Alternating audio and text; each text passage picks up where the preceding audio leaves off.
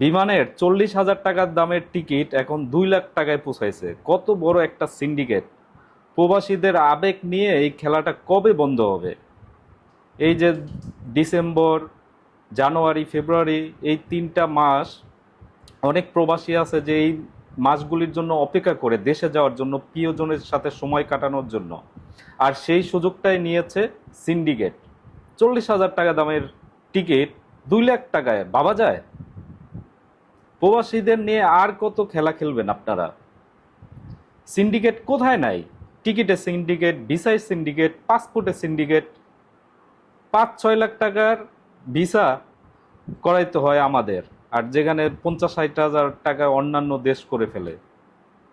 এই যে মালয়েশিয়ার ভিতরে প্লান্টেশনের কলিং চালু করছে, যেখানে খরচ হবে 1 থেকে 1.5 লাখ টাকা, সেখানে 5-6 লাখ টাকা দিয়ে আসতে হবে। ওই এজেন্টরা বলে দেবে যে আপনারে এসির নিচে কাজ দিব, মার্কেটে কাজ দিব, শপে কাজ দিব, কিন্তু এখানে পাঠায় দিবে জঙ্গলের ভিতরে। এটাই। আর পাসপোর্টের সিন্ডিকেট, এটা তো আরো বড় ধরনের সিন্ডিকেট। ইচ্ছাকৃতভাবে তারা নামের ভুল করে।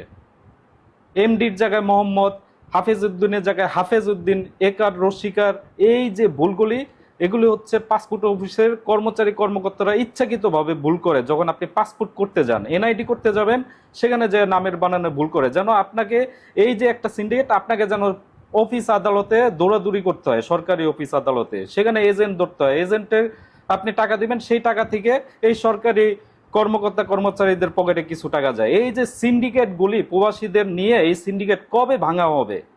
সেটাই হচ্ছে প্রশ্ন, যে কবে ভাঙা হবে? আপনারা প্রবাসীদের নিয়ে আর কত খেলা খেলবেন?